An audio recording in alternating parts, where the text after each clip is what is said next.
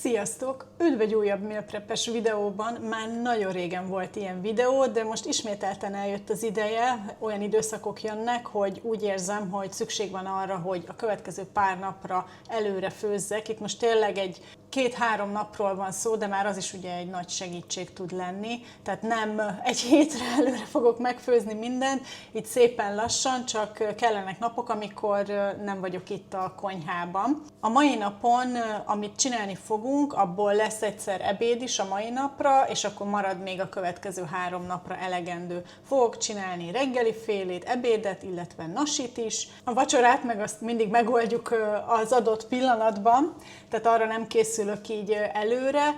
Amit csinálni fogunk ma, az egyszer egy sült csirkecomb, fogok kifőzni hozzá bulgurt, illetve csinálok egy salátát. Ez lesz egy részben a mai ebéd, és a holnap utáni ebédünk is. Csinálni fogok egy ilyen vörösboros marha ragút, ami ez a gulyásleves, pörkölt szerelem gyereke, vagy nem tudom, hogy mondjam. A lényeg, hogy nem ilyen paprikásra szeretném csinálni, hanem inkább a vörösbor adja meg neki ezt a karakteresebb ízt. Kerül bele piros paprika, de nem annyi, mint hogyha most egy gulyáslevest vagy egy sima marha pörköltet csinálnék. Krumpli meg répa fog belekerülni, és ehhez lesz savanyúság. Ha már olyan ételünk van, amiben krumpli van, akkor én kenyeret nem szoktam pluszba mellé enni, a savanyúság az bőven jó lesz. És akkor amit csinálunk reggelire, így előkészülünk 2 reggelire, egy ilyen chia pudingos, joghurtos keveréket fogunk csinálni gyümölcsökkel, 4 adagot, hogy akkor ketten tudjunk ebből enni 2 napig, illetve fogok csinálni egy ilyen banános, zappelyhes, mogyoróvajas keveréket, ami egy kicsit ilyen zapszelet is, de palacsinta is, tehát inkább ez a puhább fajta, de 2-3 napig a hűtőben simán eláll, és így legalább van valami nassolni való a délutánra. És amit még csinálni fogunk, hogy reggelire vagy akár vacsorára is legyen, az bagel. Már csináltam egyszer itt ezen a csatornán ezt a görög joghurtos bagelt, hát én azóta ezt már nem is tudom, hogy hányszor csináltam, és most csinálok egy akkora adagot, hogy 6 darab bagel legyen belőle, azt mi 2 napig esszük, mert tudjátok, a bagel azért egy ilyen masszívabb zsemle, tehát 1 vagy 2 nekem bőven elég, sőt, ebből a fajtából 1 is elég szokott lenni néha, mert ez egy ilyen sűrűbb zsemle, hogyha esetleg valaki nem ismerné. A receptet mindegyik ételhez, ahol úgy érzem, hogy szükséges, azt mindenképpen a leírásban megtaláljátok, hogyha valaki meg szeretné csinálni. A videó célja, hogy ötletet adjak nektek arra, hogy esetleg ti mivel készüljetek a következő napokra, vagy ha valamelyiket a nem tudom 5 étel közül megkívánjátok, hogy ti is megcsináljátok, hasonlóképpen van, vagy akár ugyanígy. Úgyhogy a lényeg, hogy én most itt fogom tölteni az időt, hát szerintem egy 3 órát biztosan itt leszek a konyhában, de fontos hozzátennem, hogy közben ebédelni is fogunk egyet. Többször volt, hogy kérdeztétek, hogy nekem ez mennyi ideig tart, és azért nem szeretek annyira időket mondani, mert mindenki más tempóban dolgozik. Most úgy, hogy én itt videózgatok is közben, eleve ez is ugye lassítja a folyamatot. Én is van, amikor kapkodósabban rakom össze a dolgokat, de van, amikor tudom, hogy ráérek, mint például a mai napon. Én ilyenkor szeretem ezt úgymond kielvezni is, mert szeretek sütni, főzni, szóval nem akarom ezt egy ilyen elhamarkodni az egészet, hogy nem tudom, hogy hogyan mondjam, remélem értitek, hogy nekem nem az a célom, hogy most nem tudom, 2 óra múlva már a kanapén üljek és tévét nézzek, hanem szeretem csinálni ezeket az ételeket, és bízom benne, hogy a végeredményben és az ízben ott lesz az, hogy ugye mennyire szeretek sütni, főzni. Szóval a lényeg, most nem tudom miért tartott ilyen sokáig ez a bevezető, a lényeg, hogy ma ez fog történni, úgyhogy akkor vágjunk is bele.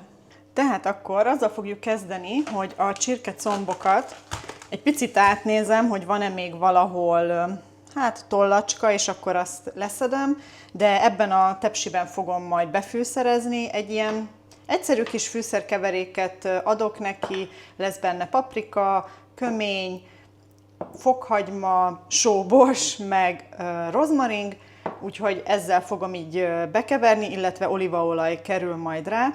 A sütőt már elkezdtem előmelegíteni, 180 fokon fogom sütni, majd lefedve először, ilyen alufóliával fogom lefedni, és akkor az utolsó, kb. Fél órában meg fólia nélkül fogom sütni, hogy szépen megpiruljon a teteje. Azt gondolom, hogy egy óra elég lesz neki, de hát majd figyelem folyamatosan, hogy hogyan is alakul, és akkor amíg majd ezek a sütőben lesznek, addig meg megcsináljuk a marharagut.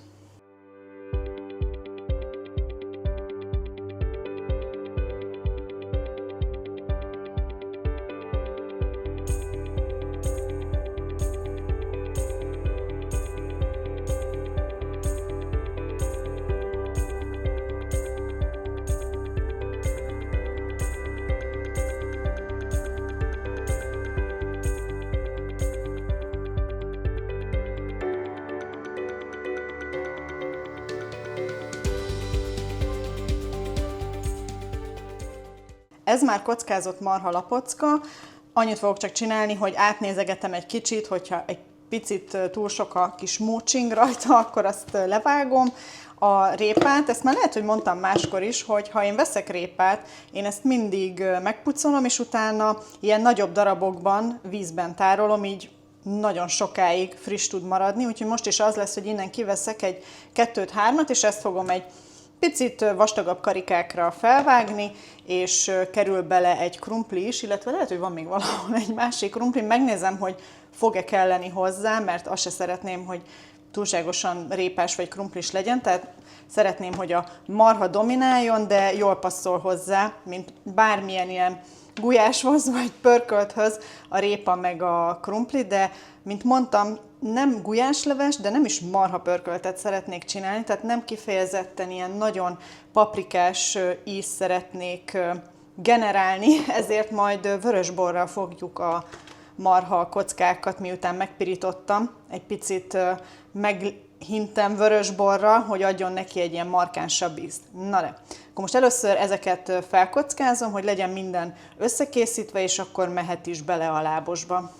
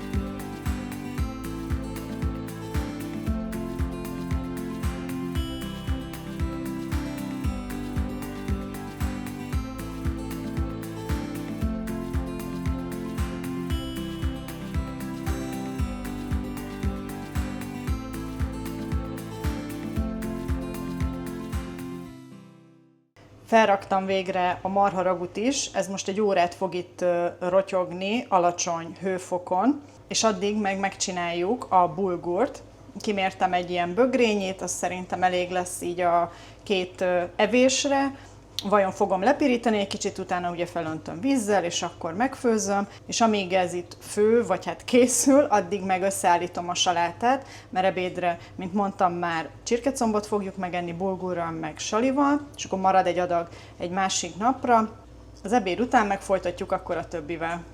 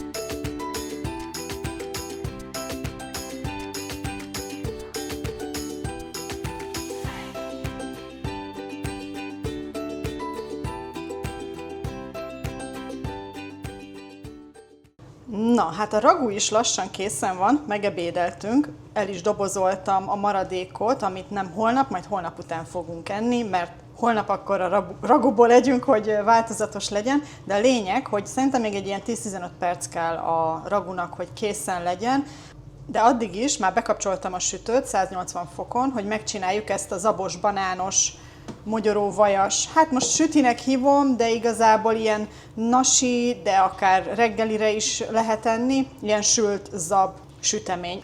És ebből a 3 alapanyagból áll, semmi másból, és utána megy a tepsibe. Úgyhogy ezeket most itt jól összekeverjük, és akkor áthelyezem.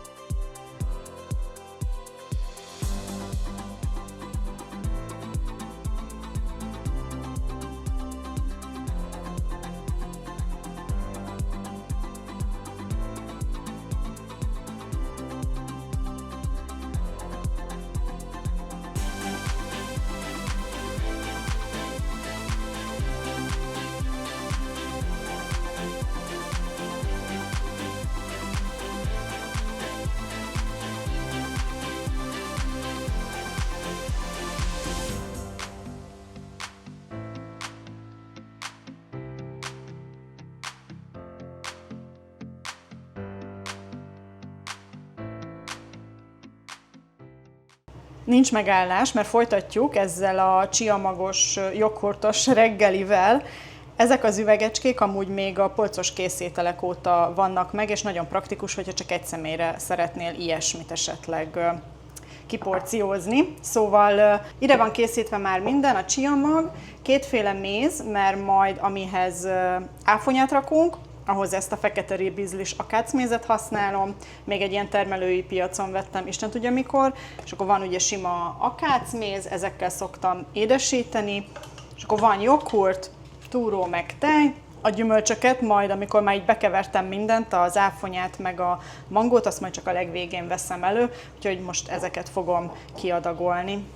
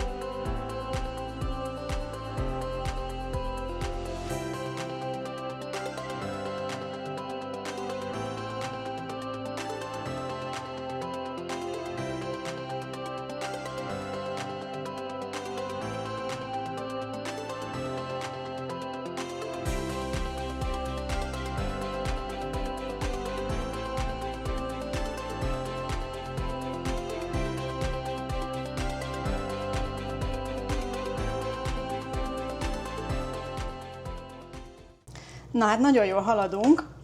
Nincs más hátra, mint hogy a bagelt megcsináljuk. Mint láthattátok, a csiamagos, joghurtos keverékhez még nem raktam hozzá az áfonyát meg a mangót, majd hogyha itt mindennel végeztem, utána fogom csak megcsinálni, mert addigra is már egy picit megszívta magát a csiamag, és így úgymond a tetején megmaradnak majd a gyümölcsök, úgyhogy amint itt mindennel elvégeztem, azzal fogjuk befejezni itt a folyamatot, illetve kiporcióztam a marharagut is, várjuk, hogy hűljön, hogy majd be lehessen rakni a hűtőbe, és az abos palacsintás nasit is megvárjuk, hogy kihűljön, hogy fel tudjam szállni. Na de, akkor folytassuk a bagellel, és akkor már csak ezt kell megsütni, és készek is vagyunk.